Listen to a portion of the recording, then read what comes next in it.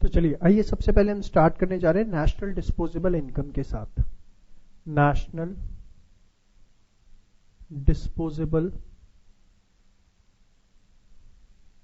Income. Sir national disposable income का मतलब क्या होता है? सबसे पहले देखो, डिस्पोजेबल इनकम का मतलब तो मैंने आपको बता ही दिया, the income which is available for the purpose of consumption और सेविंग्स। वो इनकम जो कंजम्पशन या सेविंग्स पर्पस के लिए अवेलेबल है, that is the disposable income. Now national disposable income क्या होगी? The income available with the nation या residents of the country for the purpose of consumption और सेविंग्स। इनकम अवेलेबल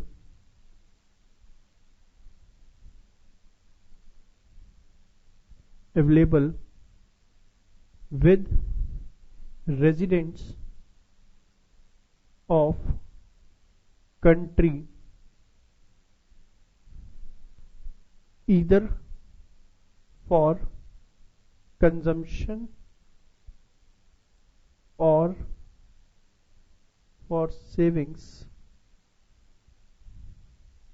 वो हमारी नेशनल इनकम है। या मैं यहां पर और अच्छा वर्ड यूज करूं, total income, because when I am writing total income it includes both earned as well as unearned. Now national disposable income हमारी ब्रॉडली दो तरह की होती है।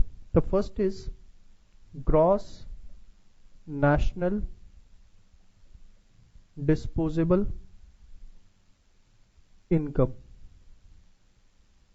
सेकेंड क्या होती है? Net national disposable income. अब बड़े आराम से एक एक चीज आपको देखनी है। सबसे पहले इसको मैं शॉर्ट फॉर्म में बोलता हूं GNDI और इसको शॉर्ट फॉर्म में बोलता हूं NNDI। एग्जामिनर ये शॉर्ट फॉर्म यूज कर सकता है, बट एग्जाम में कभी भी आप अपनी तरफ से ये शॉर्ट फॉर्म्स यूज नहीं करेंगे। आइए सबसे पहले GNDI कैसे निकलेगा? बड़ा आसान है यार। आओ, ग्रॉस नेशनल डिस्पोजेबल इनकम, तो मुझे सबसे पहले चाहिए gross.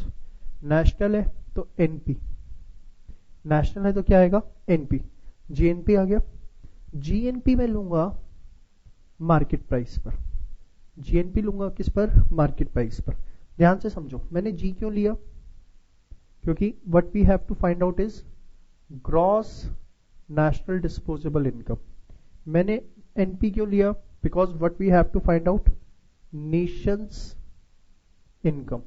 Now the question arises, sir आपने मार्केट प्राइस क्यों लिया, आपने फैक्टर कॉस्ट क्यों नहीं लिया? ध्यान से देखिए, यहां पर हमने मार्केट प्राइस क्यों लिया है? See, disposable income includes both earned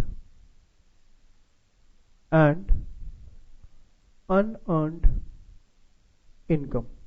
disposable income के अंदर दोनों इनकम्स आती हैं, चाहे वो अर्नड इनकम्स है चाहे वो अनअर्न्ड इनकम्स है। अनअर्न्ड इनकम्स का मतलब क्या होता है?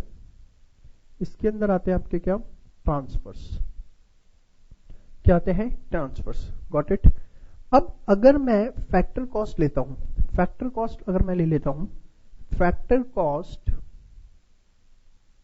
Includes only earned incomes, that is of factor services. जबकि मार्केट प्राइस के जब मैं बात करता हूं तो मार्केट प्राइस के अंदर मेरे पास इनडायरेक्ट टैक्सेस भी कंसिडर किए जाते हैं, which is a unearned income, which is a unearned income. अब एक बात बताओ, factor cost includes only earned incomes, सिर्फ इसके अंदर क्या आएंगी? Earned incomes. जबकि मार्केट प्राइस अगर मैं लेता हूं तो it includes indirect taxes as well. Indirect taxes मतलब मैं और इसे अच्छे से लिखूं तो मार्केट प्राइस के अंदर आपकी अर्न्ड इनकम्स तो आती हैं, क्योंकि मार्केट प्राइस का फॉर्मूला क्या होता है भाई? याद करो, मार्केट प्राइस का जो फॉर्मूला होता है वो क्या होता है?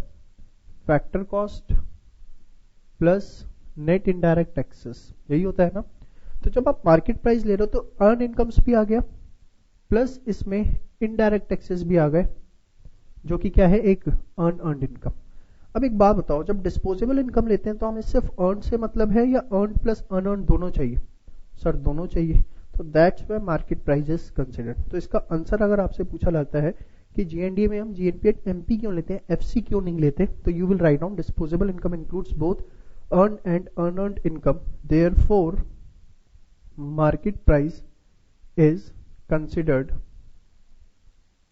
Instead of factor cost, instead of factor cost. ठीक है जी, लॉजिक मैंने आपको बता दिया सारा का सारा, ऐसा क्यों होता है, got it.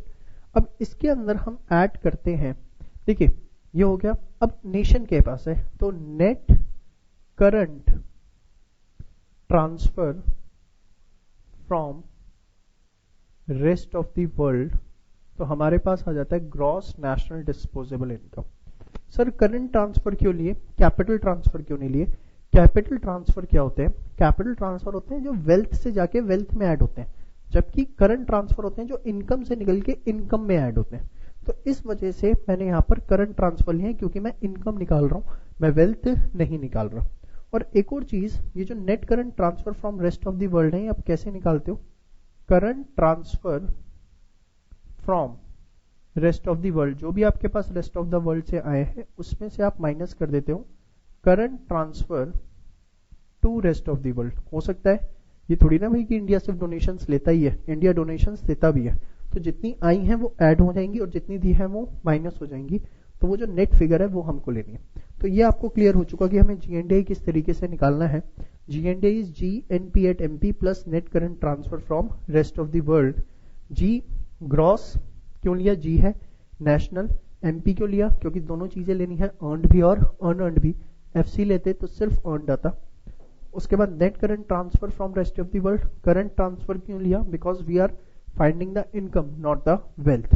And how to calculate this net current transfer? Current transfer from rest of the world minus net current transfer to rest of the world. ये हो गया आपका जीएनडीआई। इसके बाद अगर मुझे एनएनडीआई निकालना है तो बहुत सिंपल है, एनएनडीआई के अंदर कुछ भी टेक्निकल नहीं है। एनएनडीआई की जब हम बात करेंगे सेम रहेगा, the only difference will be instead of gross this will be N, बाकी सारी चीजें आपकी सेम रहेंगी, कुछ भी उसके अंदर नई एक्सप्लेनेशन मेरे पास आपको देने के लिए नहीं है। Net current transfer from rest of the world, this is my NNDI. So basically GNDI और एनएनडीआई दोनों में आपको डिफरेंस क्लियर है।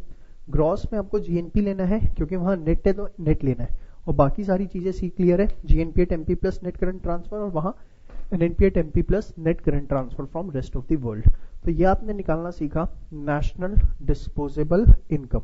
चलिए इसे आप फटाफट नोट कर लीजिए, इसके बाद हम इस पे एक दो न्यूमेरिकल डिस्कस करते हैं। देयर आफ्टर हम सेकंड टाइप की डिस्पोजेबल इनकम की तरफ मूव ऑन करेंगे, that is the personal disposable income. Note करिए फास्ट प्लीज इसे एक बार।